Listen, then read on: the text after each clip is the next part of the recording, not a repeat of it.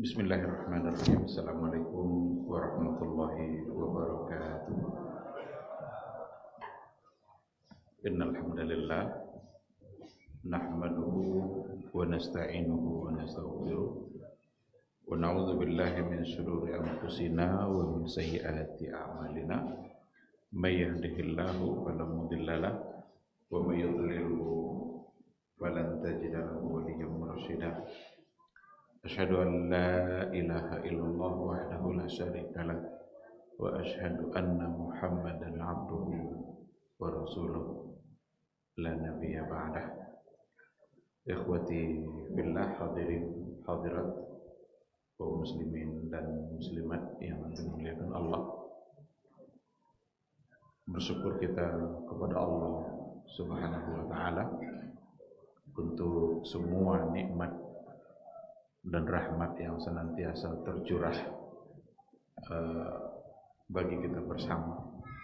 Kita tidak boleh berhenti bersyukur karena nikmat Allah tak pernah pula berhenti, tak pernah bosan untuk memujinya, karena tak pernah pula kita bosan dalam meminta. Selalu saja setiap hari ada permohonan-permohonan kita kepada Allah Subhanahu wa ta'ala, dan Allah memberikannya.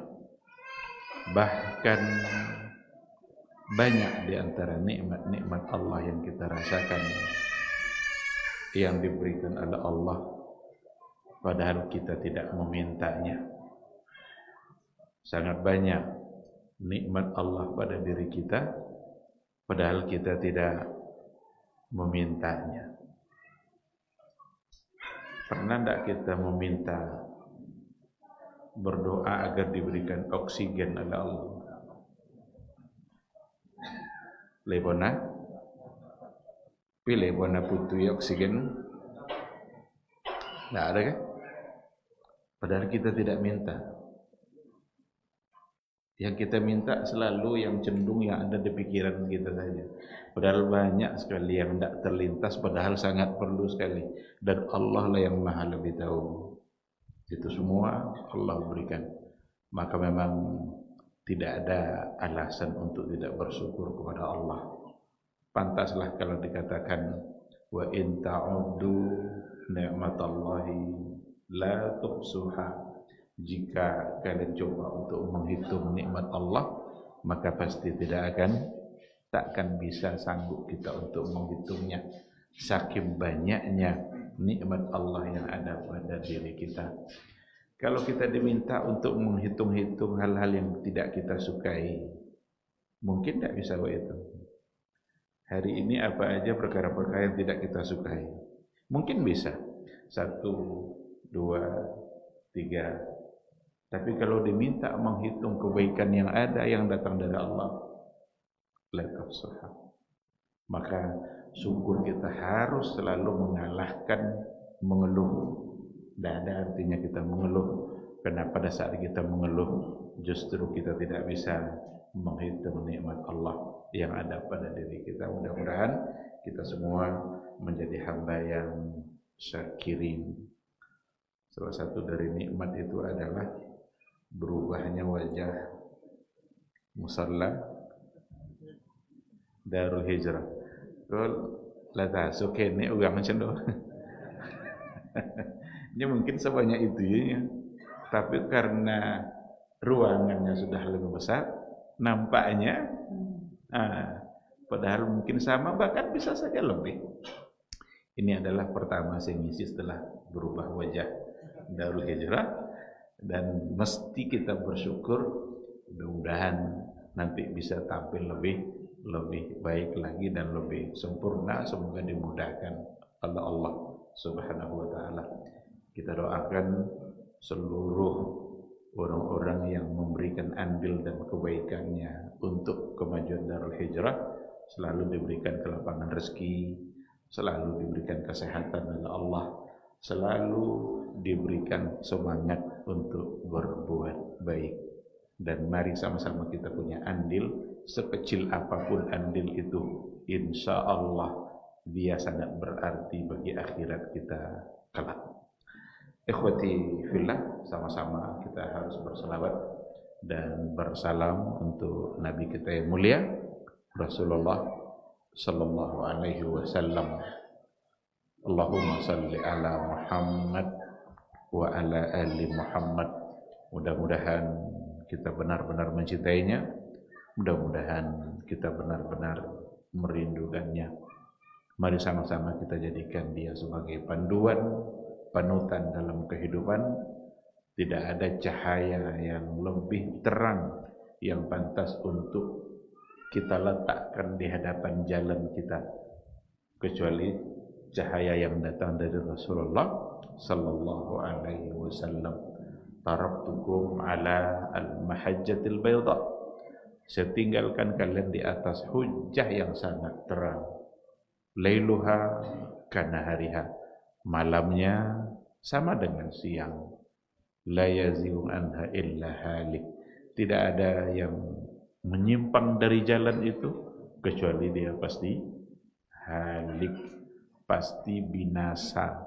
Itu Nabi yang mengucapkan itu. Tidak ada orang yang mencoba untuk keluar dari jalan Rasulullah sallallahu alaihi wasallam kecuali dia pasti binasa.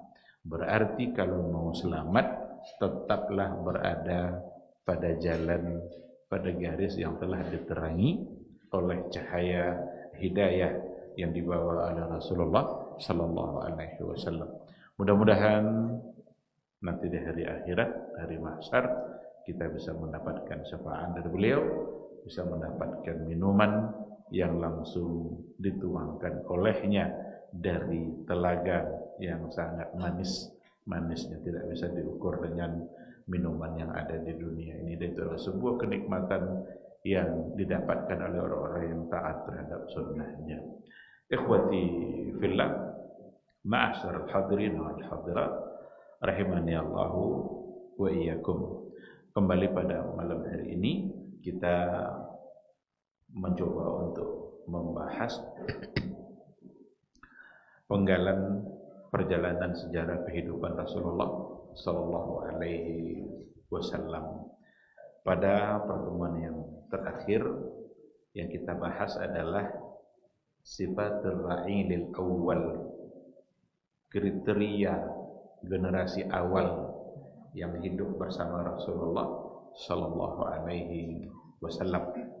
Yang kita bahas pada bagian yang terakhir, ternyata kriterianya adalah sabar, penuh dengan kesabaran karena tantangan yang luar biasa mereka hadapi dalam mempertahankan iman, dalam mempertahankan hidayah. Ternyata banyak orang yang tidak senang dengan hidayah. Banyak orang yang tidak senang ketika ada orang mengikuti kebenaran. Banyak orang yang cenderung memaksakan apa yang ada dalam pikirannya meskipun itu bertentangan dengan al-haq yang dibawa oleh Rasulullah sallallahu alaihi wasallam. Apakah hari ini hal itu masih ada? Apakah masih banyak orang yang menentang kebenaran? Apakah masih banyak orang-orang menganggap apa yang diyakini selama ini ternyata itulah sebuah kebenaran? Ternyata ada. Kalau begitu berarti kita harus juga memiliki sifat sabar sebagaimana generasi awal dulu menghiasi dirinya dengan kesabaran. Yang kedua, kriteria mereka adalah kasratud doa wal ilhah 'ala Allah. Mereka itu banyak berdoa kepada Allah. Tumpuan harapan mereka hanyalah kepada Allah. Apapun yang mereka hadapi, tempat mengadunya adalah Allah Subhanahu wa taala. Kriteria ini juga harus ada pada diri kita. Jangan remehkan doa dalam hidup kita. Jangan remehkan ketika kita mengetuk pintu Allah saat kita menghadapi masalah dalam kehidupan. Bahkan itulah sesungguhnya solusi pertama yang harus kita lakukan. Jadi apapun yang kita lakukan pertama harus diawali dengan doa. Ini kadang tidak bisa bawa doa. Bandalkan dulu kekuatan awak. Landak tolok sudah tu bau. Bau banyaklah doanya. Dia tak mulai dengan doa. Seolah-olah doa tidak diperlukan atau seolah-olah doa baru perlu kalau dia sudah merasa tidak sanggup. Generasi awal ciri-ciri kriteria mereka adalah kasratud doa. Bahkan dalam Al-Quran dikatakan yad'una rabbahum bil ghadati wal ashi. Yad'una rabbahum, mereka itu selalu berdoa kepada Rabb mereka bil ghadati wal ashi, pagi dan sore. Pagi itu perwakilan untuk siang, sore itu perwakilan untuk malam. Berarti sesungguhnya mereka berdoa siang dan malam. Karena kalau tengok sekilas ayat ini pagi dan sore, itu malam enggak dia Ustaz? Kan itu tuh kakin lahir malam enggak dia? Malam justru adalah kesempatan yang paling tepat untuk memperbanyak doa kepada Allah Subhanahu wa taala. Nah, itulah ciri-ciri dari generasi yang pertama dulu. Yang ketiga, kriteria mereka adalah al-ikhlas, semata-mata hanya karena Allah. Berbuat bukan untuk kepentingan pribadi, berbuat bukan untuk keuntungan keluarga, berbuat bukan untuk keuntungan golongan, tapi mereka berbuat semata-mata yuriduna wajhah. Mereka mengharapkan wajah Allah. Wajah Allah, ridha Allah. Wajah diartikan ridha. Itu mentakwil tu Ustaz tu. Dia kan itu kok kan? Oh, waktu Ustaz kau mentakwil ni ke sini. Ridha itu dari mana kita tahu? Dari wajah. Ada orang masam muka kat awak. Ada orang gembira, senang tengok. Berarti kelihatan dari wajah. Maka mengartikan wajah Allah dengan ridha Allah bukan karena menolak Allah punya wajah. Bukan. Tapi diartikan ridha Allah karena memang keridhaan itu terlihat dari wajah. Dikasihlah belanja istri oleh seorang suami. Nah, sebagai suami mandang sekali ke wajah bini itu. Kalau kawi je muka tu. Iya kan bang ini kan ndak zawi ndak ada kata-kata kalau dah. Pi mu kawi je muka tu. Atau faham je lah duk tambah-tambah. Tapi kalau lain nampaknya riang sanang tak kena sanang lah. Apa lain lah biar sebelum tu dibaik. Berarti ridha. Maka yuriduna wajha. Mereka mengharapkan wajah Allah, diartikan sering oleh para ulama dengan mengharapkan ridha Allah, bukan karena menolak punya wajah, tapi ridha memang terlihat dari wajah. Yang tidak boleh mentakwil itu adalah ketika mengatakan bahwa tidak pantas Allah punya wajah lalu diartikan dengan arti yang lain. Itu yang tidak pernah dilakukan oleh generasi salaf, generasi terbaik sahabat, karena memang Rasul tidak mengajarkan mereka seperti itu. Inilah 3 kriteria utama bagi generasi awal. Bagi kita hari ini 3 kriteria itu penting untuk kita perjuangkan. Harus ada pada diri kita. Selalulah memohon kepada Allah dan hanya kepada Dia. Karena yad'u rabbahum bil ghadati wal ashi. Kalau seandainya kita berharap sudah bukan lagi hanya kepada Allah, berarti ada masalah di situ. Kita mengharapkan tumpuan kita punya harapan dalam masa depan kita kepada selain Allah, dan pasti kita akan gagal. Berharap kepada Allah tidak pernah gagal, tidak pernah kecewa. Tapi berharap kepada manusia sering diakhiri dengan kecewa. Lapa janjinya doa, iyo nya. Awak ndak kena awak orangnya lah iyo nya. Kasan ndak jadi kecewa. Atau dijanji 10 orang, kasan 5 jadi. 5 lah ini, ndak banyak orang hadir sih kalau namanya. Ini ada kalau datang ada seorang pejabat kalau datang di ke satu tempat banyak yang hadir atau banyak berkorong. Tapi kalau yang datang sekene aja dikurangi lah kene. Ndak bisa saya turunnya kene kalau datang ini. Kecewa. Jadi walaupun diberi ditepati janji, cuma kadang-kadang tidak sesuai dengan yang dijanjikan. Pokoknya kalau berharap kepada manusia sering diakhiri dengan kekecewaan karena pemberian manusia tidak sempurna. Tapi kalau berharap kepada Allah, maka yakinlah kita tidak akan pernah dikecewakan oleh Allah Subhanahu wa ta'ala. Ikhwati fillah, ma'asyiral hadirin wal hadirat rahimani Allah wa iyyakum. Sekarang kita masuk pada pembahasan yang berikutnya, al-bina'ul aqadi fi al-ahdil makki. Membangun pondasi akidah pada periode Makkah. Fil ahdi al-makki.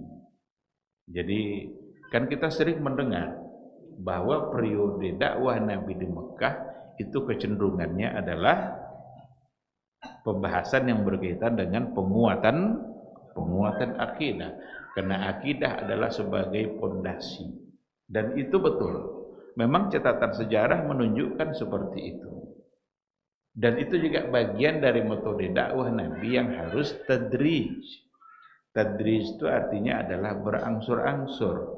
Karena ada sebuah sunnatullah yang Nabi sendiri sangat paham dengan sunnatullah itu, dan itu yang berlangsung dari dulu pada masa nabi-nabi sebelumnya. Apa sunnatullah itu? Kalau ingin merubah satu generasi, tidak bisa copek-copek, tidak bisa simsalabin, tidak bisa instan. Maka sesuatu yang sifatnya kita ingin instan, itu cenderung kita terjebak pada kesalahan. Tapi ada proses, ada tadrij, ada berangsur-angsur yang dilakukan oleh Nabi. Padahal Nabi kan seorang Rasul. Lajolehnya Nabi rumahnya yang membawa kebenaran itu. Tetapi untuk merubah, Allah juga mengajarkan bahwa harus ada proses. Allah saja yang dalam ciptaannya itu dengan idza arada syai'an ayyakula lahu kun fayakun. Allah kalau ingin menghendaki sesuatu maka dia tinggal katakan kun, jadilah, fayakun, maka jadilah yang diinginkan oleh Allah. Tapi kenapa dalam Al-Quran dikatakan bahwa Allah itu menciptakan langit dan bumi fi sittati ayyam, dalam 6 hari? Apa dia bahaya lo nunggu 6 hari? 6 masa. Kan Quran bilang gitu kan? Fi sittati ayyam, dalam 6 hari atau dalam 6 masa. Padahal kun jadi dia. Berarti Allah juga ingin mengajarkan bahwa ada dalam kehidupan makhluk ini itu ada proses. Ada awal, ada akhir. Yang tidak ada awal, tidak ada akhir itu hanya Allah Subhanahu wa ta'ala. Dia qadim, azali. Dan dia adalah al-awwal dan tidak ada sebelumnya. Dan dia adalah yang bagian akhir, enggak pula ada yang mengakhirinya. Yang lain semua sudah tidak ada, tapi Allah masih tetap ada.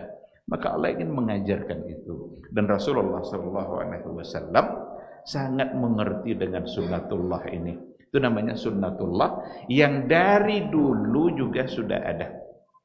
Ada beberapa poin yang dipahami oleh Rasulullah SAW dalam tanzim juhud dakwah, dalam mengatur strategi dakwah.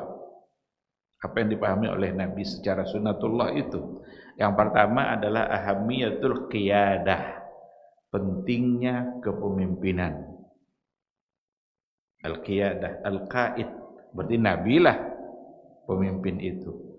Yang kedua, ahamiyatul jamaah, al-mu'minah, al-munazzamah, pentingnya adanya jamaah yang tunduk, yang ikut, yang terorganisir di bawah seorang pemimpin. Jadi ada pemimpin, kemudian ada jamaah, dan yang ketiga wa ahamiyatul manhaj alladzi tastamiddu minhu, adanya manhaj, adanya metode di dalam melakukan perubahan. Ini dipahami sekali oleh Rasulullah sallallahu alaihi wasallam. Ahamiyatul qiyadah, maka Nabi lah yang memegang kepemimpinan itu. Maka Nabi bukan sebagai seorang rasul semata, tapi rasul sebagai seorang pemimpin. Pemimpin umat Islam. Beliau itu mencakup pada banyak hal. Dia rais, dia rasul, dia nabi, dia ayah. Bahkan dia juga pemimpin dalam perang, karena Nabi bisa langsung memimpin dalam peperangan bersama para sahabat. Yang kedua tadi ahamiyatul jamaah, penting jamaah yang tunduk.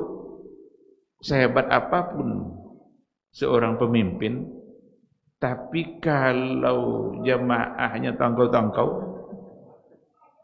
tidak ya jadi. A-nya pemimpin, B juga ke Z-nya. Kalau B kan masih doke-doke, jadi baru langsung ke ujung A-nya, Z-nya, atau enggak jadi. Maka al-jama'atul mu'minah, yang tunduk kepada Rasulullah sebagai seorang pemimpin. Maka sahabat sebagai al-jama'atul ula. Jadi sahabat al-jama'atul ula. Ibnul Qayyim al-Jauziyah itu ketika ada hadis yang mengatakan yang selamat itu adalah al-jama'ah. Apa kata Ibnul Qayyim makna al-jamaah itu apa? Al-jama'atul ula. Siapa jama'atul ula? Ya sahabat. Jamaah pertama yang langsung Nabi yang mendidiknya itu adalah generasi sahabat. Itulah generasi yang selamat itu. Humul jamaah kata Rasul. Ada dalam satu riwayat yang lain kan, allazina ma'ana alaihi wa ashabi. Orang yang ikut apa yang saya ikut dan diikutkan pula oleh sahabat-sahabat saya. Tapi ada yang lain, humul jamaah. Nah, inilah dari sinilah munculnya kata ahlus sunnah wal jamaah. Kalau disingkat, disingkat jadi aswaja. Nah, al-jama'atul mu'minah, jamaah yang memang menunjukkan ketundukannya. Yang ketiga, al-manhaj. Seorang pemimpin di hadapan para jamaahnya ingin melakukan perubahan besar pada dunia, pada peradaban. Maka manhaj, dan manhaj ini langsung datang dari Allah Subhanahu wa ta'ala. Maka dakwah Nabi itu dari mana dia memulai? Dari ayat-ayat yang diturunkan oleh Allah. Dan dari situlah dipahami bahwa ayat-ayat yang pertama yang diturunkan oleh Allah Subhanahu wa ta'ala itu adalah ayat-ayat yang berkaitan dengan akidah. Inilah sunnatullahnya itu yang harus dilalui oleh Rasul dan oleh yang membela agama Nabi, sunnah Nabi sesudahnya. Mesti jelas manhaj apa yang mau dipakai ketika ingin merubah satu masyarakat. Dari mana Nabi memulainya, maka dari situ pula kita memulainya. Karena itu adalah konsep di dalam menyampaikan Islam. Pada saat Nabi memulainya dari akidah, saat Nabi memulainya dari tauhid, karena memang kalau tauhidnya yang sudah benar, tauhidnya yang sudah beres, maka insya Allah yang lain akan mengikut. Bukan berarti yang lain tidak perlu, perlu. Tetapi ada prioritas. Karena ada sebagian yang mengatakan untuk merubah satu masyarakat muslim agar menjadi baik, maka ada yang mengatakan mulailah dari politik katanya. Dimulai dari politik. Kalau begitu harus dikuasai, harus kuasai parlemen karena harus dimulai dari politik. Atau kok lah dikuasai parlemen umpama lebu bang masyarakat. Ndak aja dah. Inyo aja dan kayo jadinya. Karena akidah persoalan tauhid. Ada yang mengatakan mulai dari ekonomi. Kenapa dunia Islam sekarang banyak dihina, tidak dihormati? Karena mereka lemah-lemah, mereka miskin-miskin. Ingat tidak Nabi berapa tahun diembargo oleh orang jahiliyah? Sampai 3 tahun kalau nggak salah saya. Diembargo, tidak boleh belanja, tidak boleh berbini, uang dulu. Segala macam dihalangnya 3 tahun. Kemiskinan apalagi yang tidak dirasakan oleh Nabi dan para sahabat. Tapi mereka tetap kokoh sebab imannya kuat. Nah, kalau dimulai dulu dari pembenaran ekonomi tapi tidak dibenarkan akidah. Dulu kutu musikin lera jenuh saji ilah kayo. Tapi musikin sudah tuh lah. Padahal musikin coba tang. Akhirnya apa? Kadang ketaatan bisa berkurang karena disibukkan oleh mengurus dunia yang sudah diberikan oleh Allah. Maka Rasul saja di hadapan sahabat, saya tidak khawatir kalau kalian miskin. Tidak khawatir saya kalau kalian miskin. Yang saya khawatirkan adalah kalau dunia Allah bukakan di tangan kalian. Kau tak buka dunia ruha. Justru itu yang Nabi khawatirkan. Tetapi kalau imannya kuat, imannya kokoh, keadaan apapun yang dia hadapi, karena dia punya tempat mengadu, berarti dia sadar bahwa keadaan itu datang dari Allah Subhanahu wa taala. Tidak ada isau. Kayo alhamdulillah musikin. Tak ada isaunya dah, karena itu kondisi diberikan oleh Allah. Dapat jabatan alhamdulillah, tidak dapat ada cai. Akhirnya lah sudah cai terima itu tidak dapat dah kan. Kalau dapat alhamdulillah, kalau tidak dia serahkan, berarti Allah belum mentakdirkan saya untuk menjadi pejabat. Tapi kalau imannya tidak ada, imannya lemah, tauhidnya tidak betul, lalu dimulai dari mengejar kekuasaan, ala jadi tidak dapat dijamin, tidak ada jaminan untuk memang berubah menjadi baik. Maka al-manhajur rabbani, metode ilahi, konsep Nabi dalam merubah masyarakat itu adalah dimulai dari akidah. Dan semua nabi ternyata konsep dakwahnya memang memulai dari akidah. Coba kalau kita tengok berbagai macam bentuk penyakit masyarakat yang ada pada masa dahulu. Penyakit masyarakatnya beda-beda, tapi konsep perubahan sama. Zaman Nabi Lut, apa penyakit masyarakat yang paling menyebar waktu itu? Homoseksual. Datang Nabi Lut memulainya dari akidah. Zaman Nabi Musa, apa penyakit masyarakat yang paling banyak ketika itu? Syirik, sihir. Dalam bentuk sihir. Bahkan Fir'aun pun mengandalkan sihir sebagai kekuatan. Ini Tuhan nyuruh, tapi nyo berharap kepada tukang sihir. Itu aja lah tidak bisa nyuruh Tuhan kan? Dia kan ngaku Tuhan. Firaun katanya ana rabbukumul a'la, saya Rabb kalian yang paling tinggi. Tidak tahu saya ada Tuhan selain saya katanya. Tapi dia berharap kepada tukang sihir. Maka Nabi Musa memulai dakwahnya dengan tauhid. Ada dulu orang yang menyembah sapi. Bahkan sapinya Nabi Saleh, naqatullah.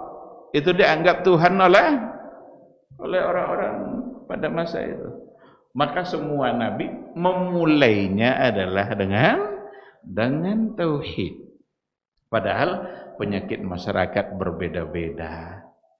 Zaman Nabi Isa, zaman nabi-nabi yang lain, berbagai macam. Dan pada masa Nabi Muhammad SAW berkumpullah semua bentuk penyakit masyarakat tadi itu.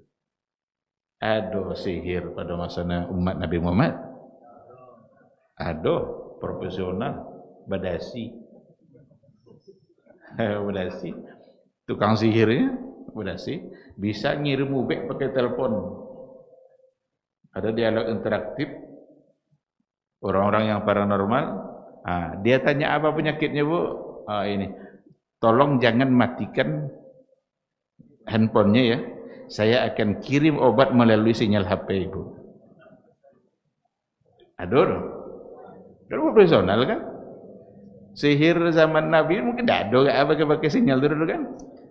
Maka adakah penyakit umat Nabi Lut pada masa Nabi Muhammad SAW? Ada. Sekarang ingin diundang-undangkan itu. Ingin diresmikan, disahkan sebagai hak azazi. Padahal itu adalah sebagai penyakit. Maka Nabi mengatakan apa? Kalau kalian ketemu dengan pelaku perbuatan maksiat pada masa Nabi Lut, faqtulul fa'il wal maf'ul. Bunuh dua-duanya. Yang pelaku, yang padanya diperlakukan.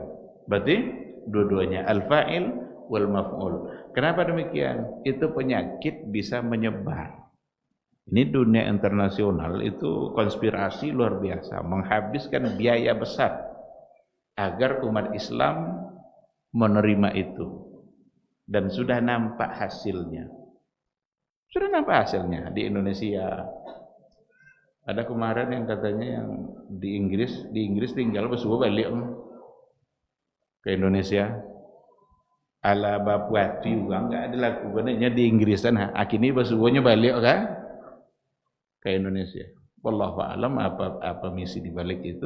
Tapi yang jelas di negara kita itu sudah dianggap sebagai sesuatu yang sangat dianggap biasa, bahkan itu sebagai hak azazi, padahal itu sangat berbahaya sekali. Ada pada masa umat Nabi Muhammad SAW.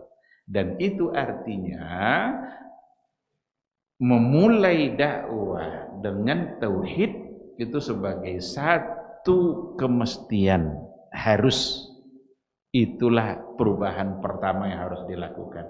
Kalau itu sudah benar, itu sudah baik, insya Allah banyak hal-hal yang akan kita tengok sendiri dalam kehidupan kita ketika dia sudah memulai memperbaiki akidahnya, cintanya kepada Allah, cintanya kepada Nabi. Kan itu bagian dari akidah. Pada akhirnya dia sangat mencintai dakwah. Padahal sebelumnya dia menjadi musuhnya. Mu'ajiyah sebelum turun asal nampak ya. Tak aja nak pandang dah. Tapi pada akhirnya justru dia membela ketika dia sudah memulai perubahan pada dirinya melalui at-tauhid. Masuk waktu kita jawab dulu suara azan insyaallah.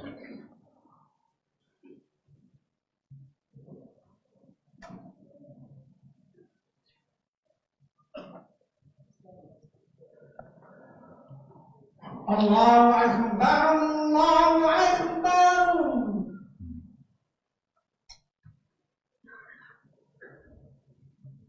Allahu Akbar,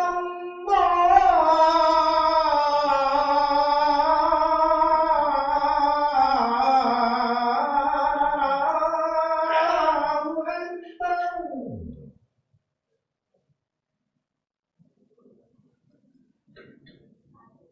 Asyhadu an la ilaha illallah.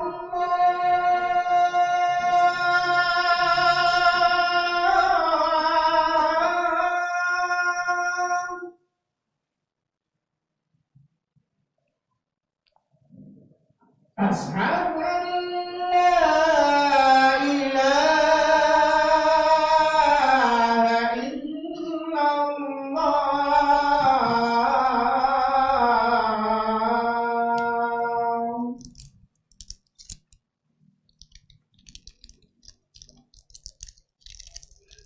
أشهد أن محمدا رسول الله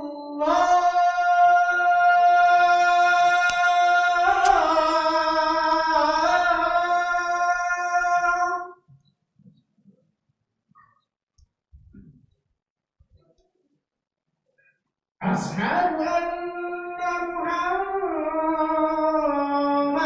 رسول الله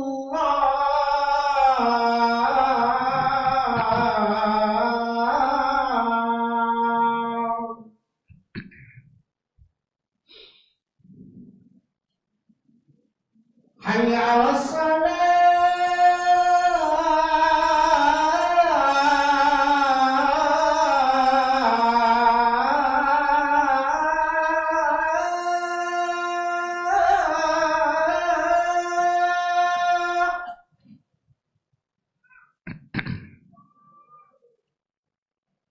حي على الصلاة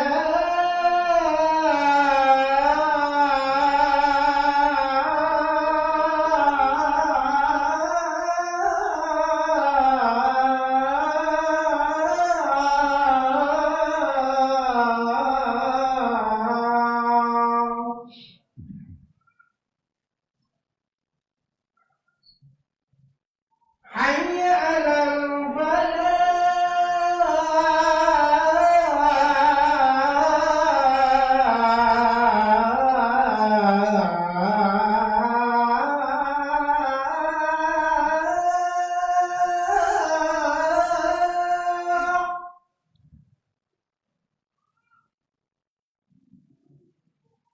حي على الفلاح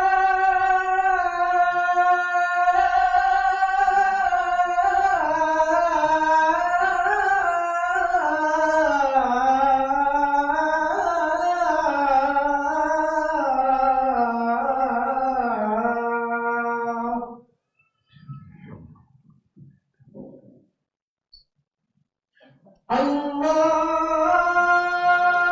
أكبر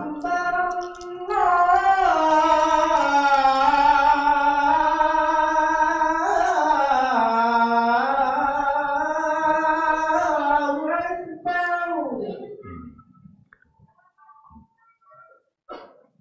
لا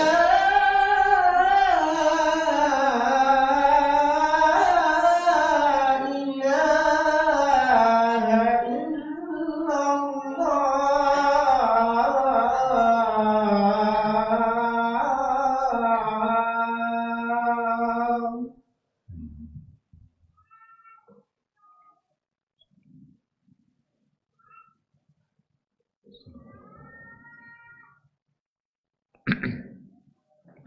Bismillahirrahmanirrahim. Alhamdulillah wassalatu wassalamu ala Rasulillah wa ala alihi wa sahbihi wa mawala. Ikhwati fillah, ma'asyiral hadirin wal hadirat, rahimani Allahu wa iyyakum. Kembali kita ke materi kita. Tadi kita sudah sampaikan bahwa Rasulullah SAW sangat mengerti dengan sebuah sunnah perubahan, bahwa perubahan satu masyarakat, untuk merubah masyarakat itu memang perlu adanya ikhtiar, perlu ada usaha, dan sifatnya bukan instan. Perubahan bukan karena datangnya hal-hal yang khawariq lil adah. Khawariq lil adah itu maksudnya hal-hal yang aneh-aneh, hal-hal yang ganji-ganji. Enggak. Perubahan itu datang dengan manhaj yang lurus, berangsur-angsur. Adapun orang-orang yang selalu menyampaikan Islam dan menggambarkannya melalui hal-hal yang aneh-aneh, itu enggak, bukan begitu caranya. Agar Islam itu diterima dari seseorang, umpamanya seseorang itu mesti bisa tobang tuh. Jalan dari ayu mau. Nggak bahasa ada hujan. Itu kan aneh-aneh tuh. Kalau lah itu orangnya aku itu kau perlu temu Islam dehnya. Ndak seperti itu. Maka mukjizat yang datang dari Nabi itu udah diminta sama orang-orang jahiliyah itu beliau datang mukjizat. Tapi ketika diberikan oleh Allah mukjizat, lebih imannya sudah tuh. Ndak jodoh kan? Artinya Islam berarti tidak dikembangkan itu.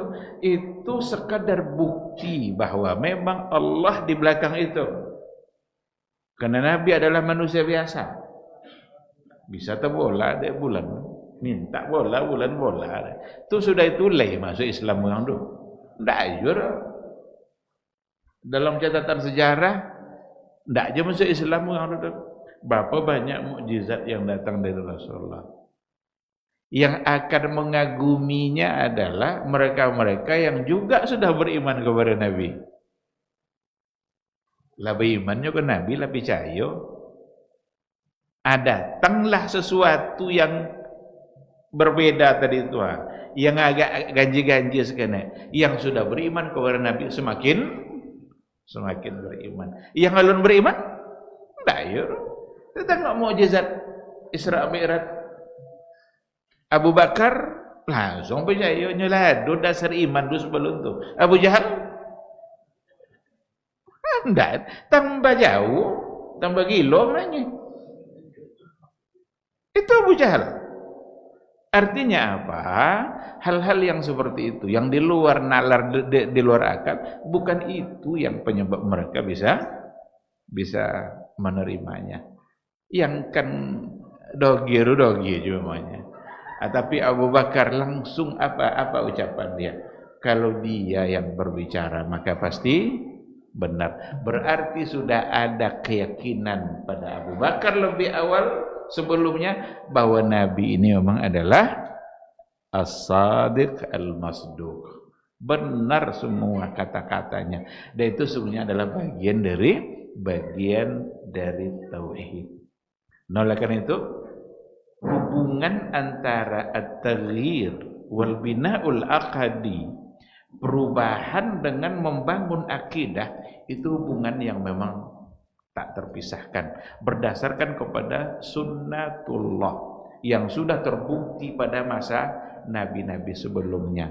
Kalau sudah dimulai dengan akidah, apapun tantangan yang menghalanginya, seberat apapun halangan yang dihadapi, maka mereka tetap takkan bisa mengalahkan tauhid itu.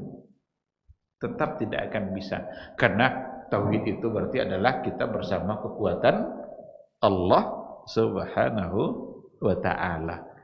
Perang Badar, berapa jumlah umat Islam? 313. Berapa jumlah orang-orang Quraisy? 1000. Berarti 1:3. Kam min fi'atin qalilatin ghalabat fi'atan katsiratan biiznillah. Biiznillah ini tauhid. Berapa banyak pasukan yang yang banyak tapi dikalahkan oleh yang jumlah sedikit biiznillah. Biiznillah inilah yang tauhidnya. Dengan seizin Allah. Artinya apa? Bahwa sesungguhnya yang terjadi dalam kehidupan kita ini hanyalah yang diizinkan oleh Allah. Nah, oleh karena itu memang sekali lagi tidak perubahan satu masyarakat agar menjadi lebih baik sebagaimana Nabi melakukan perubahan atas izin Allah mesti diawali dengan tauhid. Itulah al-manhajun nabawi yang dibina oleh Nabi pertama sekali pada jemaahnya, al-jamaatul ula, itu adalah bagaimana mereka mengenal Allah, bagaimana mereka mengenal Sang Pencipta, bagaimana mereka dikenalkan kepada siapa memang yang paling pantas untuk disembah. Dan yang paling pantas untuk disembah itu hanyalah Allah Subhanahu wa ta'ala. Ada kesalahan tasawur pada masa dahulu tentang Allah. Mereka sebenarnya yakin adanya Allah itu, yakin dari sisi rububiyahnya. Tetapi ada kesalahan cara pandang orang-orang jahiliyah dulu terhadap Allah. Itulah yang pertama kali yang diluruskan oleh Rasulullah sallallahu alaihi wasallam. Apa di antara bentuk kesalahannya? Kesalahan mereka itu memandang bahwa sesungguhnya Allah itu tetap saja dianggap memiliki sesuatu yang dalam dugaan mereka itu, apa yang mereka yakini itu sesuatu yang sebenarnya itu adalah kekurangan bagi Allah. Apa contohnya? Contohnya mereka menganggap bahwa malaikat itu adalah anak-anak perempuannya Allah. Di pada masa jahiliyah dulu mereka menganggap malaikat itu adalah anak-anak perempuannya Allah. Jadi malaikat itu banatullah, anak perempuannya Allah. Berarti itu merupakan satu tasawur yang pasti itu satu hal yang salah.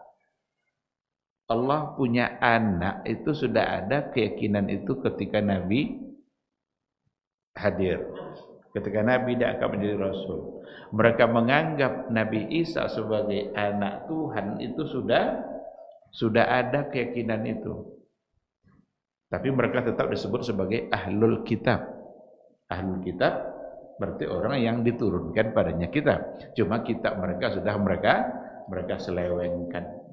Orang-orang Yahudi menganggap Uzair adalah anak Allah.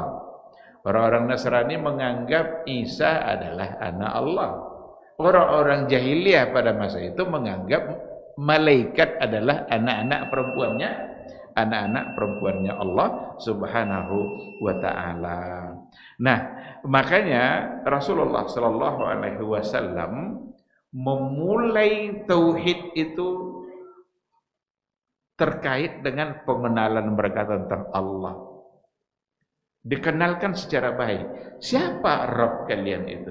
Siapa Allah yang kalian sembah itu? Siapa yang paling pantas untuk kita sembah itu siapa? Itulah yang diperkenalkan kepada masyarakat jahiliyah pada masa itu. Dan Al-Qur'anul Karim memang isinya adalah itu di awal-awal. Di sini dikatakan wadzalika bibayani tauhidir rububiyyah wa tauhidil uluhiyyah wa tauhidil asma'i was sifat. Jadi diperkenalkan kepada mereka terkait dengan tauhid rububiyah dan tauhid uluhiyah serta tauhid al-asma was sifat. Ini saya kira sudah menjadi pengetahuan kita bersama apa itu rububiyah, apa itu uluhiyah, apa itu asma wa sifat. Karena dengan mengenali Allah secara benar melalui tiga hal ini, itu sempurna keimanan kita kepada Allah dan benar-benar membuat kita takut kepada Allah melalui namanya, umpamanya nama dan sifat. Nama menunjukkan sifat. Karena dia diberikan nama disebabkan oleh memang sifatnya itu. Tetapi tidak nanti setiap sifat lalu kemudian menjadi nama. Ketika dikenalkan kepada mereka Allah yang menciptakan mereka, Allah yang memberikan kehidupan kepada mereka, Allah yang memberikan rezeki, Allah yang mengatur kehidupan mereka. Berarti Rasulullah sallallahu alaihi wasallam memperkenalkan Allah kepada orang-orang jahiliyah ketika itu, kepada masyarakat ketika itu dengan cara yang sebenarnya melalui Al-Qur'an dan melalui sunnah Rasulullah sallallahu alaihi wasallam. Karena kita kalau mau mengenal Allah ya tidak ada cara lain kecuali melalui wahyu. Mengenal Allah mesti melalui wahyu, Al-Quran dan Sunnah. Al-Quran berarti adalah kalamnya Allah. Sunnah berarti adalah datang dari Rasulullah sebagai utusan resmi. Apa yang dikenalkan oleh Allah tentang dirinya dalam Al-Quran, itulah yang harus kita pegang. Apa yang diperkenalkan pula oleh Rasulnya dalam hadis-hadisnya, itu pula lah yang harus kita pegang. Umpama ada berapa poin di sini, tapi saya tidak yakin kita akan menyampaikan semuanya. Kita ambil contoh saja. Annallaha munazzahun 'anin naqais. Yang pertama sekali, Annallaha munazzahun 'anin naqais. Sesungguhnya Allah itu suci, terpelihara dari semua bentuk kekurangan. Semua bentuk kekurangan. Berarti tidak ada kekurangan bagi Allah, yang ada hanya kesempurnaan. Mausufun bil kamalat. Allah itu disifati dengan sesuatu yang sempurna semuanya. Apapun yang disifatkan kepada Allah itu sifat yang sempurna. Dan tidak ada yang sama serupa dengan makhluk. Umpama, kalau seandainya Allah disifati dengan mendengar, maka mendengarnya Allah itu sebuah sifat yang sempurna. Tidak ada satu pun yang tidak didengar oleh Allah Subhanahu wa ta'ala. Selembut apapun suara bisikan dua orang, yang kalau berbisik-bisik di samping kita tidak dengar, tapi Allah dengar. Sekecil apapun suara itu dengar oleh Allah Subhanahu wa ta'ala, karena sempurna. Dan itu nanti akan membedakan dengan semua makhluk yang ada. Makhluk itu segala-galanya penuh dengan kekurangan. Kalau umpamanya suara yang sekarang mungkin masih didengar, tapi kalau sudah semakin pelan, dikurangi lagi, dikecilkan lagi, sampai tingkat yang terendah kecilnya, kemungkinan kita sudah tidak bisa mendengar. Bahkan dibesarkan masih bisa. Kalau dibesarkan lagi, mungkin masih bisa. Ditambah juga, mungkin akan pecah rendang telinga. Ada ketidakmampuan kita. Ketidakmampuan baik pada yang besar ataupun pada yang kecil. Penglihatan Allah Subhanahu wa ta'ala melihat kita dimanapun kita berada, kapanpun, di tempat manapun, tidak ada satupun yang tersembunyi bagi Allah Subhanahu wa ta'ala. Sempurna sudah. Tapi kalau manusia, makhluk, segalanya dihiasi pula dengan kekurangan. Ini masih bisa kita lihat. Tapi kalau sudah dijauhkan, sudah mulai semakin kecil, bawa terus ke tempat yang paling jauh, pada akhirnya ini tak nampak. Atau didekatkan betul. Kau nampak? Kau nampak aku. Kalau dibawa dekat, atau tidak tahu apa yang nampak. Padahal itu didekatkan.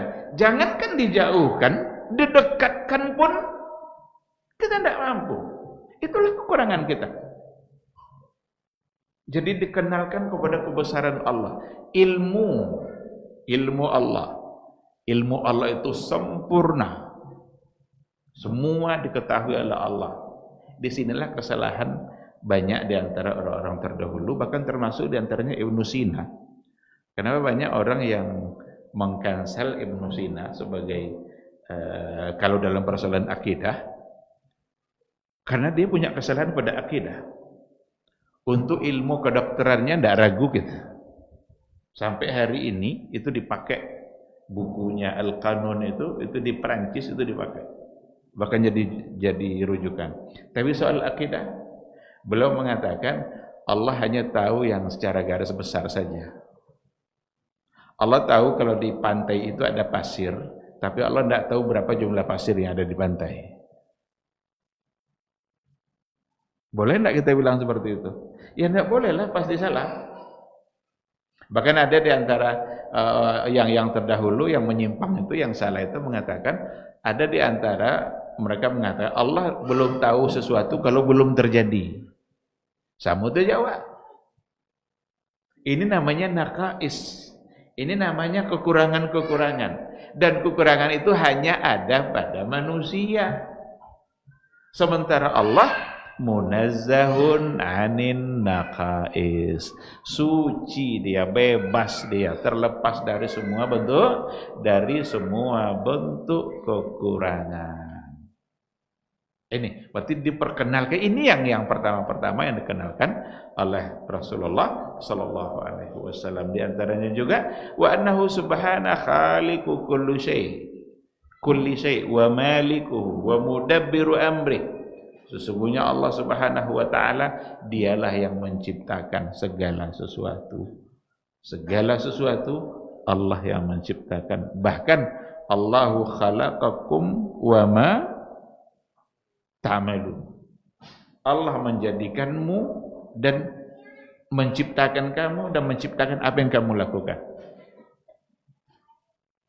Nah, di sini kalau tidak dipahami secara baik, maka muncul ada namanya Jabariyah. Jabariyah, ada satu aliran ilmu kalam namanya Jabariyah. Berdasarkan ayat ini berarti semua adalah ciptaan Allah. Cuma kesalahan dia mengatakan kita ini tidak punya andil. Kita ini ibarat wayang. Wayang kan tergantung dalang. Kalau di komenya dalang itu tangan wayang tadi, begitu ya. Kalau ke kiri katanya, maka ke kiri. Dianggap kita tidak punya ikhtiar. Dan itu kebalikan nanti dari Qadariyah. Maka ada dua penyimpangan, Jabariyah dan Qadariyah. Kalau Qadariyah itu kebalikan yang tadi. Segala sesuatu yang terjadi itu adalah karena kehendak kita. Tidaklah ada kehendak Allah nyinya situ. Maka yang benar adalah Ahlus Sunnah wal Jamaah. Di tengah-tengah itu Allah yang berkehendak dalam kehidupan kita, tetapi kita diberikan kesempatan untuk berikhtiar. Ikhtiar kita ada, tapi yang terjadi dalam kehidupan kita bukan apa yang kita kehendaki, tapi yang dikehendaki oleh Allah Subhanahu wa taala. Tapi kita punya kehendak enggak? Ada. Wa ma tasyauna illa ayyasha Allah. Ketika dikatakan wa ma tasyauna, tidaklah mereka berkehendak, berarti kita punya kehendak. Illa ayyasha Allah, kecuali apa yang dikehendaki oleh Allah Subhanahu wa taala. Berarti kehendak kita tidak akan bisa mendahului kehendak Allah. Semua mahasiswa ingin selesai tepat waktu, itu kehendak dia. Tapi lah itu jadi ada yang tepat waktu, ada yang ala sampai boleh. Kok ada 5 boleh semester dong. Ha, so pagi terakhir sampai boleh ha, asal kau ujian. Wang semester berapa nyeran? Sampai boleh paknya. Besok terakhir verifikasinya. Itu ndak kawat lulus kan? Nyusul pagi. Kau ndak aja lulus semua kan? Ndak ada masuk perbaikan lah. Nah, ada yang ndak jadi selesai. Semester 2 nikah. Atau semester 3 ndak aja nak kuliah lah.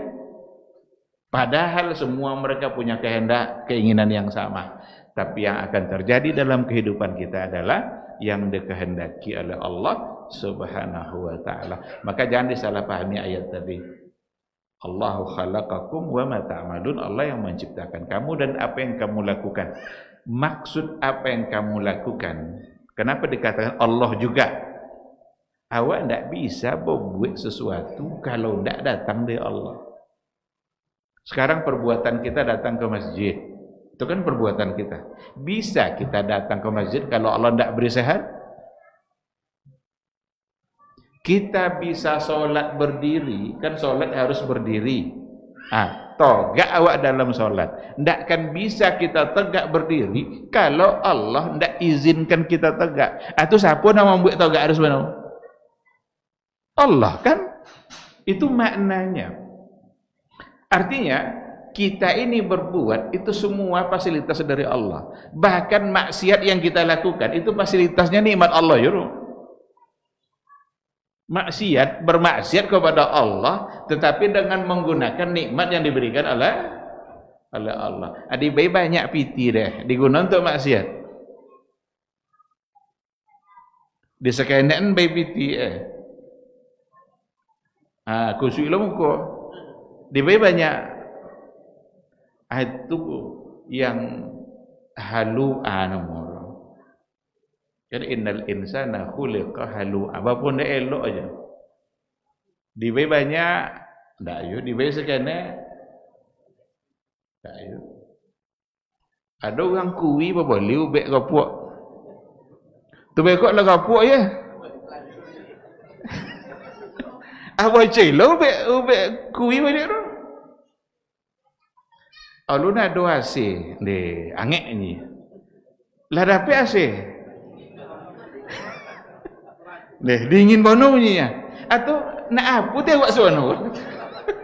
Jadi banyak mengalu itulah itu manusia. Innal insana khuliqa halu'a. Iza massahul khairu manu'a wa iza massahu syarru jazua. Illa al-musallin. Kecuali orang yang solat. Apa dia solat kecuali Allah Ta'ala? Kecuali orang yang solat. Orang yang solat, orang yang punya tempat mengadu.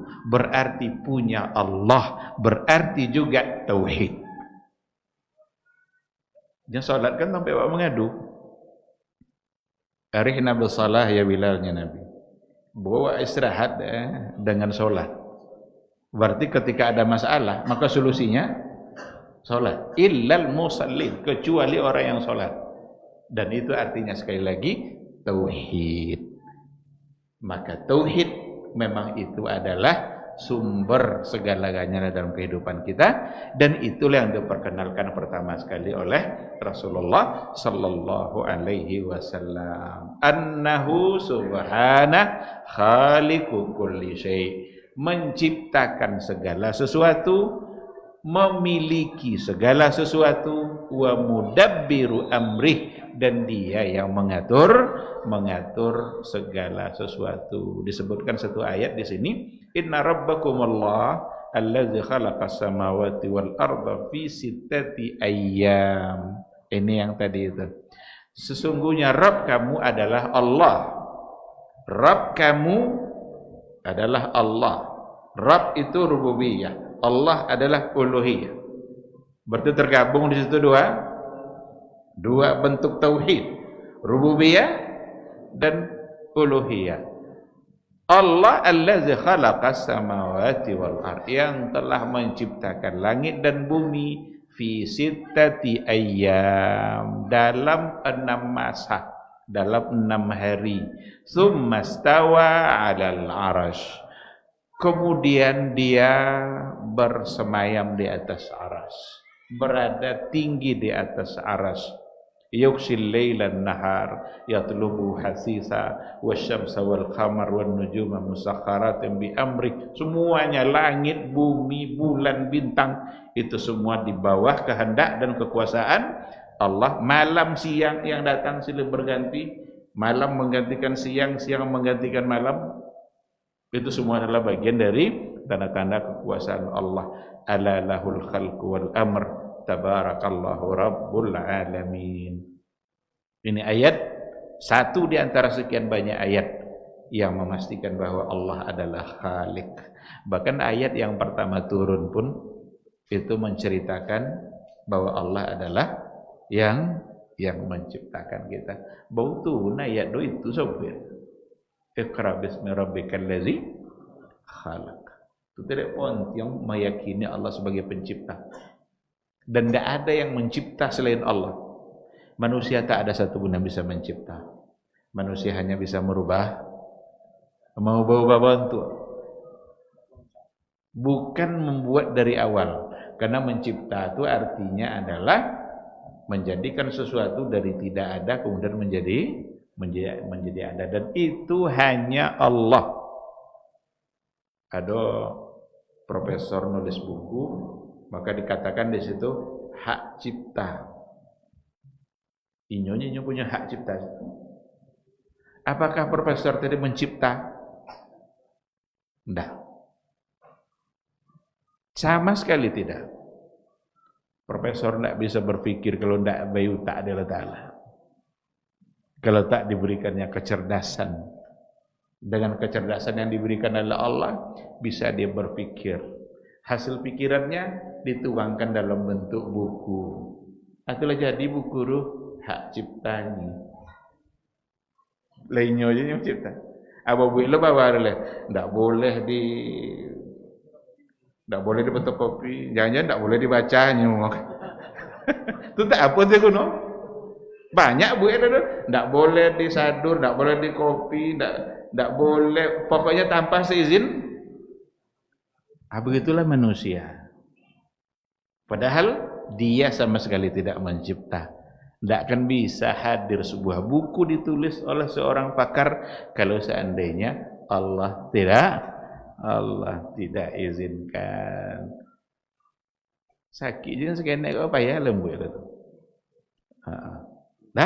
Maka dengan cara itulah diperkenalkan oleh Rasulullah sallallahu alaihi wasallam. Ada banyak poin tapi saya ambil satu terakhir. Mohon maaf kalau terambil waktunya agak banyak. Yang terakhir kita ambil wa annahu ta'ala masdaru kulli ni'mah. Sesungguhnya Allah Subhanahu wa taala itu adalah sumber semua nikmat. Ini perlu sekali diyakini.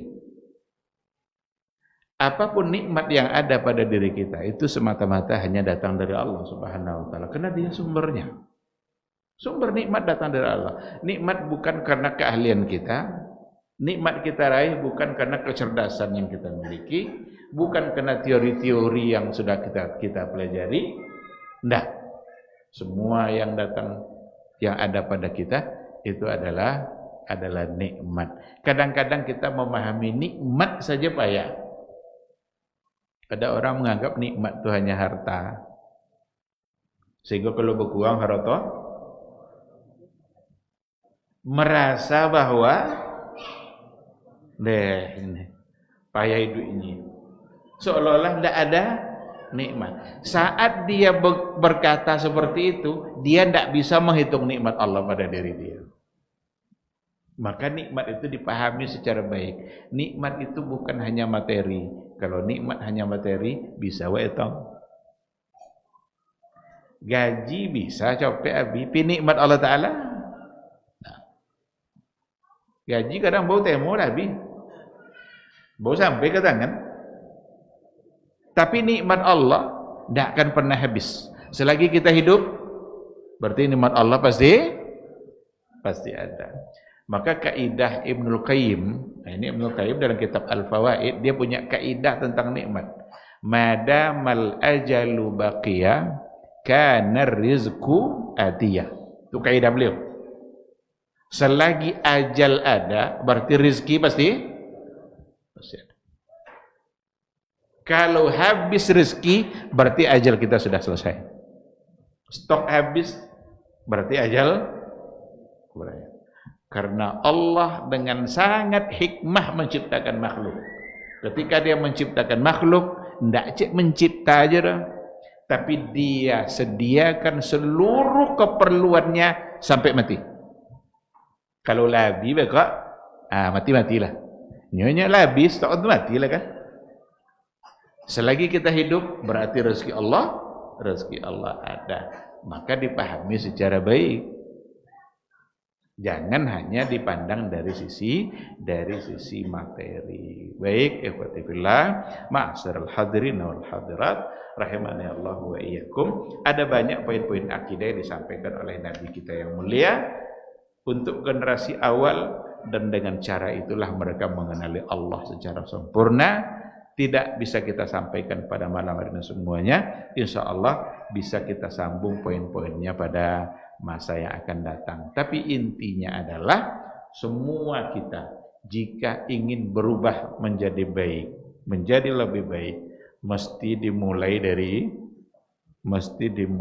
dari akidah, dari tauhid, dari pengenalan kita terhadap Allah, dan jangan sampai salah pengenalan kita terhadap Allah Subhanahu wa ta'ala. Demikian, terima kasih, mudah-mudahan bermanfaat insyaallah. Semoga majelis ini majelis yang diberkahi oleh Allah, majelis yang mendatangkan manfaat, bisa memberikan ilmu, dan semoga Allah juga memberikan kita semangat untuk mengamalkan ilmu yang ada, dan semoga akidah kita, tauhid kita selalu kokoh, tak pernah rusak sedikit pun oleh unsur kesyirikan. Terima kasih dan mohon maaf. Subhanakallahumma bihamdika asyhadu an la ilaha illa anta astaghfiruka wa atubu ilaik. Wassalamualaikum warahmatullahi wabarakatuh.